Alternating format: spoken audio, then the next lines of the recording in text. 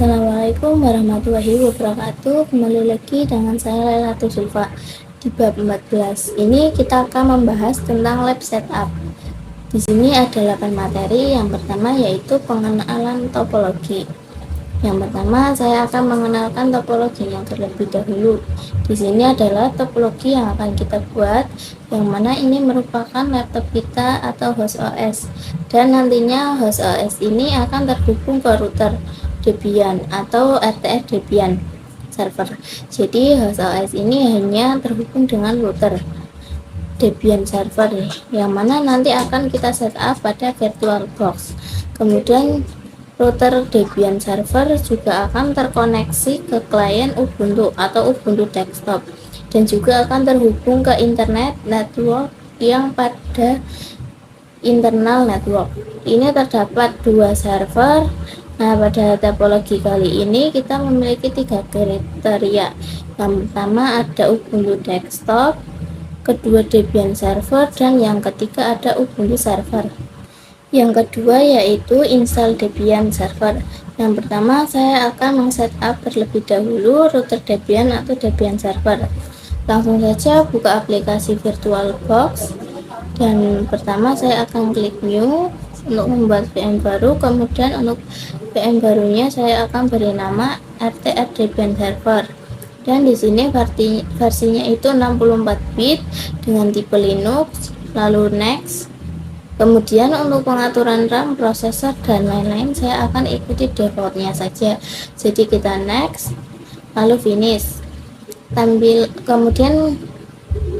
Kemudian kita klik start dan masukkan file ISO-nya. Sebelumnya saya sudah pernah membuat, jadi saya masukkan yang sudah ada. Kemudian kita klik mount and ready boot. Untuk proses instalasi di sini kita pilih opsi install karena kita akan menggunakan mode CLI. Untuk bahasanya di sini saya pilih bahasa Inggris. Di sini karena belum ada opsi Indonesia ya. Seperti yang kita tahu, Indonesia berada pada benua Asia. Jadi kita pilih Asia, kemudian kita cari Indonesia lalu enter. Selanjutnya untuk default lokal atau penyimpanan saya gunakan United States. Untuk keyboardnya saya pilih Amerika Inggris. Kita tunggu. Untuk hostname saya gunakan RTF Debian.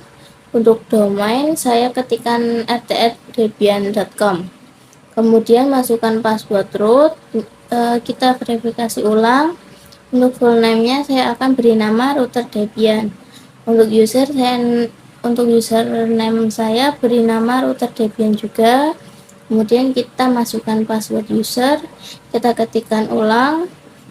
Kemudian kita pilih zona waktunya. Saya pilih opsi pertama karena saya berada pada Pulau Jawa. Untuk partisi saya pilih yang pertama, kemudian enter.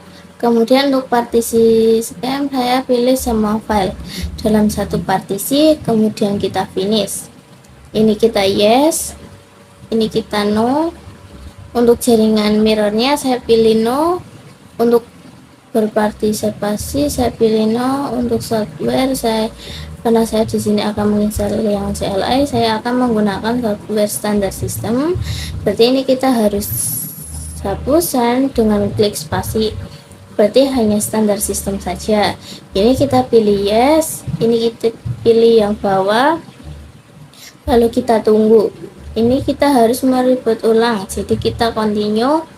Oke, sekarang kita sudah berhasil menginstal Debian berbasis CLI, dan ini sudah berhasil masuk ke dalam CLI.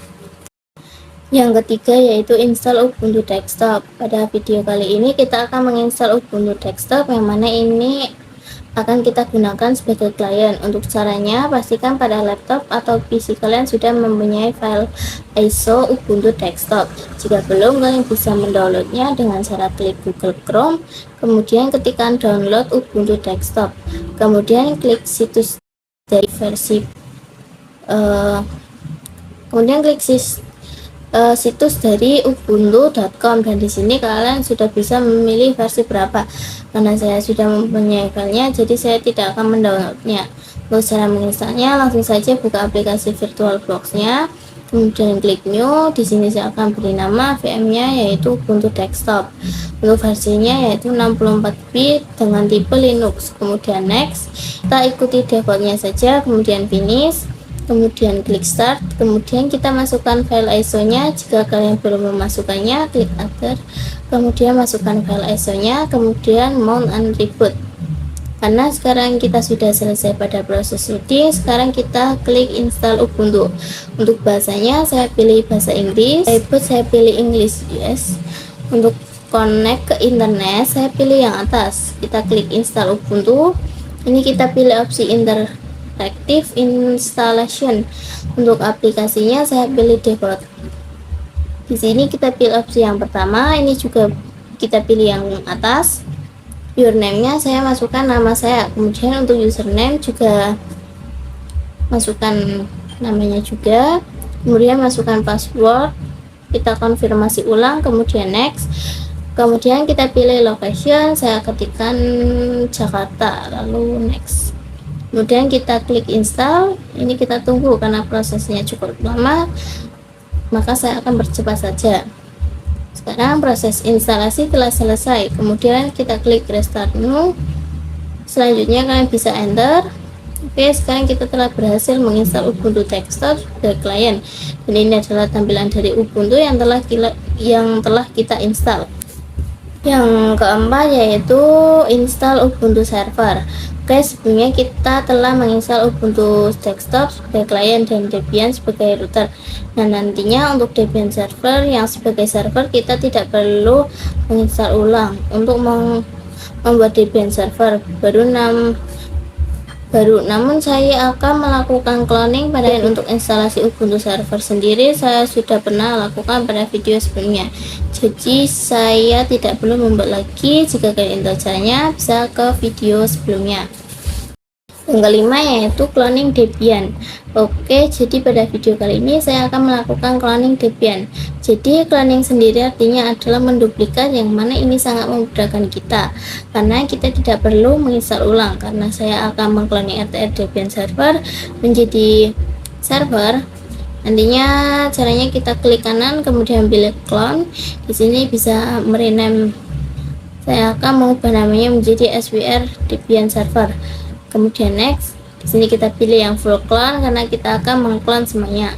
Kemudian klik finish. Oke, sekarang proses cloningnya sudah selesai dan ini sudah berhasil. Yang keenam yaitu snapshot VM. Di sini saya akan melakukan snapshot pada VM. Jadi snapshot digunakan untuk menandakan status pada VM kita sekarang. Contoh di sini saya sebelum melakukan apapun pada VM router Debian server, dan ketika saya snapshot misal dengan nama snapshot 1, lalu saya melakukan konfigurasi pada router Debian server, kemudian terdapat error, maka agar error tersebut dihilangkan, saya juga kembali ke snapshot 1 yang saya buat tadi, sehingga error tersebut akan hilang dan akan kembali ke status awal yang sudah saya snapshot. Oke, langsung saja kita praktekkan. Untuk caranya, klik VM-nya, kemudian klik titik 3 ini, lalu pilih option snapshot, kemudian tag dan beri nama. Saya akan beri namanya secara default kan, kemudian kita klik OK. Begitupun pada VM storage-nya kita snapshot. Oke, sekarang kita sudah melakukan snapshot pada seluruh VM-nya, yang mana jika terdapat error nantinya kita bisa kembali ke status awal. Yang ketujuh yaitu setup topologi. Jadi pada video kali ini kita akan melakukan setup topologi pada setiap VM. Nah, apa itu setup topologi dan apa maksud dari meng-setup topologi? Pada gambar ini terdapat host OS atau laptop kita, ini akan terhubung dengan router Debian atau Debian server, lalu Debian server juga akan terhubung ke internal network, yang mana pada internal network terdapat Debian sebagai server 1 dan Ubuntu sebagai server 2. Kemudian router Debian ini juga akan terhubung dengan Ubuntu. desktop sebagai klien. Jadi nantinya router Debian akan terhubung ke host OS menggunakan adapter 1. Router Debian terhubung ke internal network menggunakan adapter 2 dan terhubung ke klien Ubuntu menggunakan adapter 3. Nah, apa itu adapter? Jadi adapter merupakan fitur yang disediakan oleh VirtualBox sebagai penghubung antar VM. Langsung saja kita praktekkan. Di sini saya akan mengkonfigurasi ada router Debian. Langsung saja saya akan mengkonfigurasi adapternya terlebih dahulu. Caranya kita klik VM-nya, kemudian klik setting, lalu pilih network, dan untuk adapter satu ini akan terhubung dengan host OS. Jadi kita gunakan host only adapter. Pastikan router Debian dalam kondisi off karena saya akan mengaktifkan adapter 2 dan juga 3, dan jika dia aktif nantinya ini tidak bisa saya checklist pada adapter 2. Dia akan terhubung server Debian juga Ubuntu. Kita klik adapter 2, kemudian ini di checklist, maka di sini kita hubungkan dengan internal network. Di sini saya beri nama server network, dan untuk adapter 3 saya ingin enable, yang mana nantinya adapter 3 akan terhubung dengan klien Ubuntu. Dengan menggunakan internal network juga saya beri nama klien network. Kemudian oke. Jadi RTR Debian terhubung dengan internal network dengan penamaan server network. Dan kalau terhubung ke klien ini menggunakan penamaan klien network. Oke, sekarang kita akan menghubungkannya ke Debian dan Ubuntu server. Saya akan mengkonfigurasi Ubuntu desktop terlebih dahulu. Lalu kita klik setting, kemudian pilih opsi network. Lalu untuk adapter satunya kita pilih internal network dengan penamaan client network. Karena untuk Debian router terhubung dengan Ubuntu desktop atau klien ini menggunakan interface yang bernama internal network. Lalu oke. Selanjutnya untuk Ubuntu server kita konfigurasi menggunakan internal network juga dengan nama server network, lalu oke. Dan untuk Debian server ini kita konfigurasi menggunakan internal network dan penamaannya sama, yaitu server network, lalu oke. Yang ke-8 atau yang terakhir yaitu konfigurasi RAM VM. Pada pembahasan kali ini kita akan mengkonfigurasi RAM pada setiap VM karena nantinya semua VM ini akan berjalan secara bersamaan. Yang mana jika kalian memiliki laptop dengan spesifikasi rendah, itu akan membuat laptop tersebut blue screen jika terdapat OS yang berjalan secara bersamaan. Maka dari itu kita bisa menyeting RAM pada setiap VM-nya sehingga hanya sedikit menggunakan spesifikasi dari laptop tersebut. Jadi di sini saya akan menggunakan minimal RAM dari setiap VM. Oke, langsung saja kita coba. Pertama yaitu saya akan menyeting Debian router kita. Klik setting, kemudian sistem. Nah, di sini RAM-nya adalah 248. Saya akan ganti menjadi 512 dan pastikan prosesornya itu 1, lalu oke. Begitupun pada VM lainnya kita ganti. Oke, jadi seperti itu untuk pembahasan kita pada bab yang ke-14 ini. Terima kasih, kurang lebihnya saya mohon maaf. Wassalamualaikum warahmatullahi wabarakatuh.